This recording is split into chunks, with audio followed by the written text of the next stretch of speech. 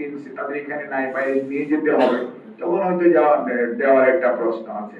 আর সুস্থ থাকলেই ফেরার সময় বা কোনো এক সময় আল্লাহ যদি মানে, তো মানুষ চাইলেই কিন্তু উমরা করা যায় না, আল্লাহ চাইতে হয়।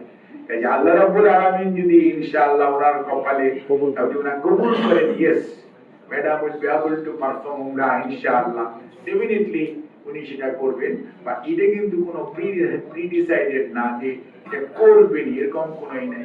আর হজ এবং উমরা নিয়ে কিন্তু সবসময় আপনাদের চিন্তা থাকতে হবে, আল্লাহ চাইতে হয়।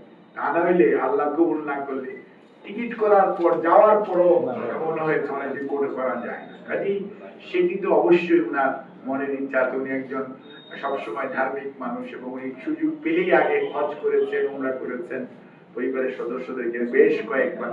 কাজেই সেটা ওনার তো এত বড় অসুস্থতার পরে এবং এই পর্যায়ে এত কষ্ট, এত অত্যাচার নির্যাতনের পরে আল্লাহ ওনাকে এই পর্যন্ত যে সুস্থ রেখেছেন, কাজে শুকরিয়া আদায় করার জন্য ডেফিনেটলি ম্যাডামের আগ্রহ আছে।